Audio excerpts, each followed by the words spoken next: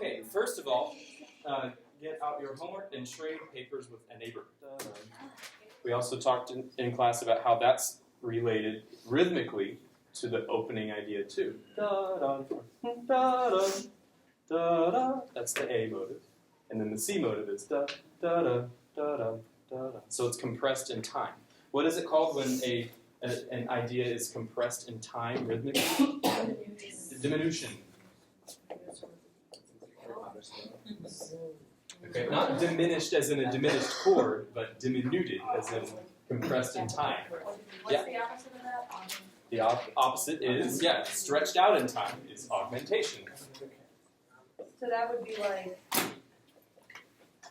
if we had a motive in like 8 notes and then it was quarter? Then it comes back in double the note value or a longer note value. Yep, and that will happen in this piece as well. Okay, so the C motive comes back several times. Measure 31. That's again in the second phrase, page 3. I asked what original motive this in measure 42 was based on, and so actually just continuing that C motive. Da da da da da da da da da da. It just compresses in time. So again, it's diminuted even further. I was looking for its return just a couple of bars later in measure 51. How has it changed between measure 47 here and measure 51 here?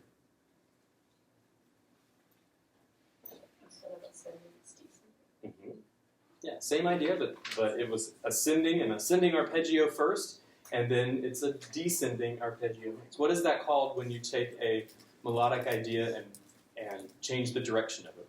What's up is down and what's down is up? Inversion, yep. That's another contrapuntal idea, and Brahms uses that as well. Brahms was a master of counterpoint, so he used a lot of contrapuntal ideas in all of his writings. So you'll see a lot of these kinds of ideas in the symphony. It's possible to say the transition begins here. With these really expansive forms like this, and where, in the Romantic era, form is being developed and elaborated in a lot of different ways. There are different interpretations of what the form is, where these different formal sections are. I think we'd all agree this is definitely a sonata form. There is definitely a transition. There's a second theme, but there are also multiple themes within this the second theme group. And so, how do we group those together? So, the next question was, where do you think the second theme begins? Measure 53, rehearsal mark C, rehearsal mark D, or measure 75. Okay, so I wanted you to think of which one you think the secondary theme is and why, and we'll see if we can come to a consensus on where it is. So who thinks it's measure 53? Okay, a couple of ideas. Rehearsal C, who thinks it's there? Okay. Who thinks it's rehearsal D? Oh, a lot of people. Okay. And who thinks it's measure 95? Nobody. Okay. Interesting. So, arguments for this spot. What do you think? Just an abrupt change of character. Okay, definitely, yeah. Very abrupt change here. So measure 53. Big change of character. What key is it in? So this is all outlining an F sharp major triad, but it's really like a 5 chord in B minor.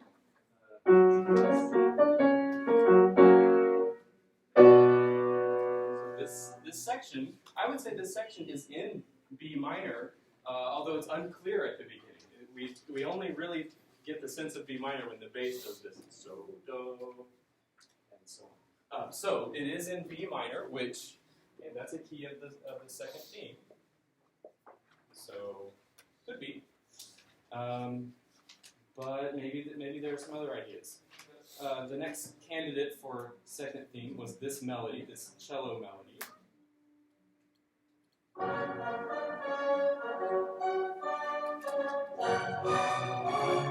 Here's C.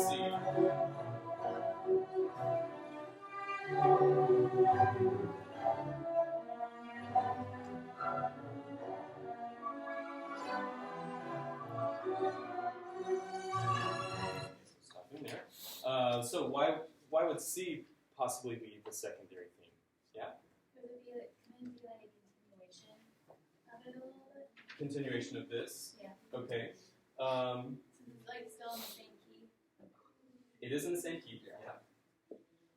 So fa, da, da, da, da. It emphasizes the dominant a lot, but there's A sharps in there, and it goes to B minor chords frequently. Yeah. You have that new melody being presented in the cello part. Okay. Yeah. Very distinctive melody as well. Yeah. This really bold lyrical melody. Okay. And how long does this melody go for?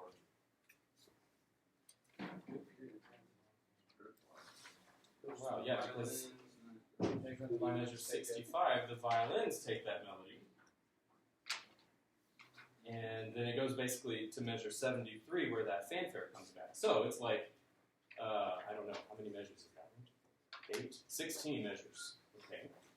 How long was, if we're thinking of this as the secondary theme, how long was measure 53's theme? Four measures. 4 measures. Okay, so do we label this secondary theme 1, and 53 secondary theme 1, and C secondary theme 2? I mean, to call this the secondary theme, it's only 4 measures long. 53 could be a transition into rehearsal C. Okay, To that's lead you interesting. into the key of B minor. Mm-hmm, okay. And then would that make C like the actual transition? Well, we're thinking of where the secondary theme is. Oh. Yeah. So, yeah, we could think of this as, okay, this is getting us to B minor, and then C is the actual secondary theme. Okay.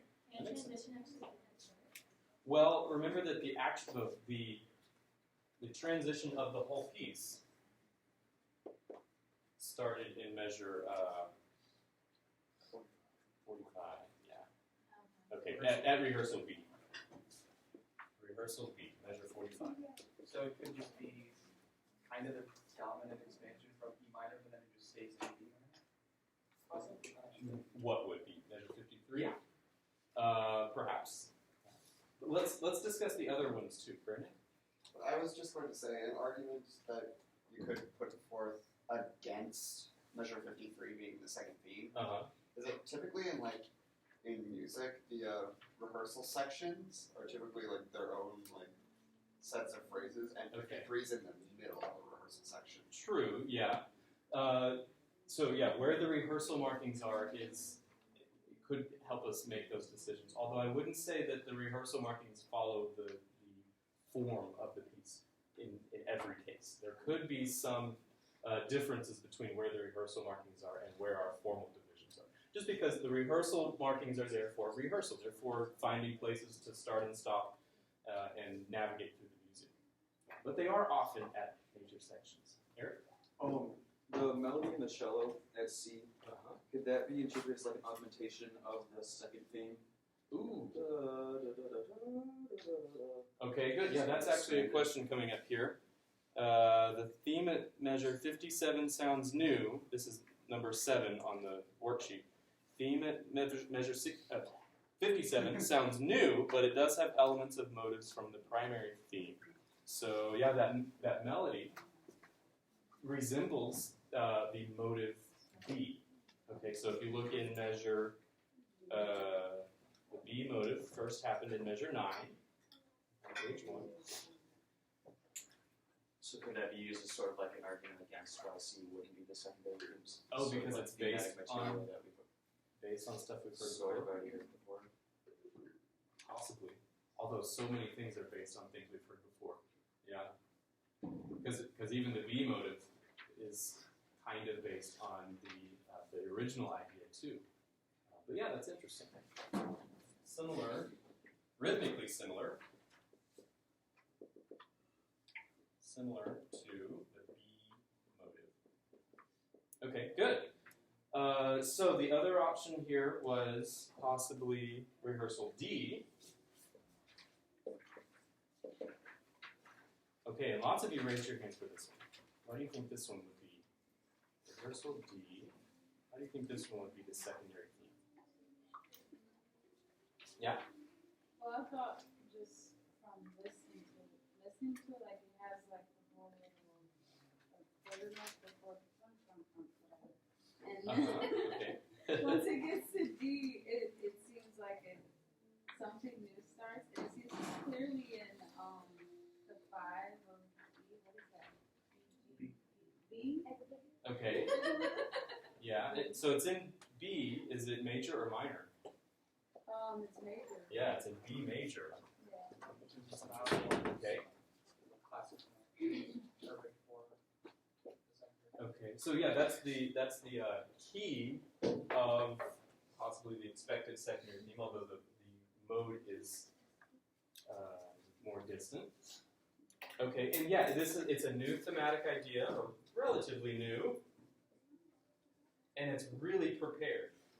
As you said, there's this transitional passage right before it, so the anticipation builds as this transitional thing is happening, and then we have this new melodic idea. So it does sound kind of like a new theme. Might make sense as the secondary theme. And then finally, the other idea was measure 94. Nobody thought this was possibly the second theme? Okay, well, let's scratch that off the list. You mean 95? 95? Yeah, measure 95. Just because it's already developed, it's like new ideas, so it doesn't seem. We've had so many different ideas, themes already. Yeah, we've had quite a few. plus the other options are relatively close to each other when 95 is just like, oh, and maybe measure So 95. far away. Yeah, Okay. Well, I have read analyses of Brahms where each of these has been asserted as the secondary theme, including this one. Actually, Leonard Bernstein says the secondary theme happens at What? measure We also remember 95. that is Leonard Bernstein. Well, so there are plausible arguments for all of these, but yeah, let's maybe try to come to a consensus on where the secondary theme happens. So, okay, secondary theme possibly starting in C with that lyrical idea. I think this is really convincing. This melody. Da, da, da, da, da, da, da. If we do that, then we were saying secondary theme starts here at C, and the stuff that has happened before it is part of the transition, right? So transition, and then secondary theme starts. So the problem with saying this is the secondary theme is that that makes this fanfare right here part of the transition, and that keeps coming back, right? Comes back here, comes back later as well. So was that really part of the transition, or does it belong in the secondary theme? It doesn't make sense to say the secondary theme begins at C and the transition was that fanfare, but then we have more of the transition, and then the transition keeps coming back. Can material from the transition not keep coming back? It could, but it's so common. It's kind of odd to say that's transition, and then it just keeps coming back. So prominent in the secondary theme group. I think the reason Bernstein said that the secondary theme comes so late is because this fanfare keeps coming back, and so he was saying, okay, this is the transition, and we keep hearing it. Da, da, da, da, da, da. This is still part of the transition. The theme of the transition. Yeah, but it's clearly in B minor. So let's go with that. Let's call rehearsal D, what did I call it? Secondary theme 3? So rehearsal C is secondary theme. Oh wait, intro, secondary theme 1. Yeah, there we go. Okay. So C is the actual secondary theme. D is secondary theme 2. And then we could say secondary theme 3 perhaps at measure 95, where that other new melodic idea came in. So secondary theme 3. Yeah, we can have 3 secondary themes. Why not? You get a theme and you get a theme. They're so short. They're just a few measures. Okay. Let's play the whole development and recapitulation. So that's the secondary theme group. As we go on, we're going to start where we left off here. This this melody in the oboes starts becoming more transitional. It starts sounding sequential, and we're going to approach a new section here. Measure page 8, measure 105. Okay, we've heard this before. Motive A. Yeah, motive A returns. It's written exactly the same. What formal section are we at now? The recap. Not yet. It's Brahms is being sneaky here. This is exactly like the beginning, but we haven't had the development section yet. This is actually the beginning of the development. Really? There's still so much more left to go in this movie. Yeah, this is the development. It sounds just like Brahms the is like, beginning. oh, So it starts at big F? Development begins at, yes, the F is above that actually. It's measure 141, 244, 145. Yeah.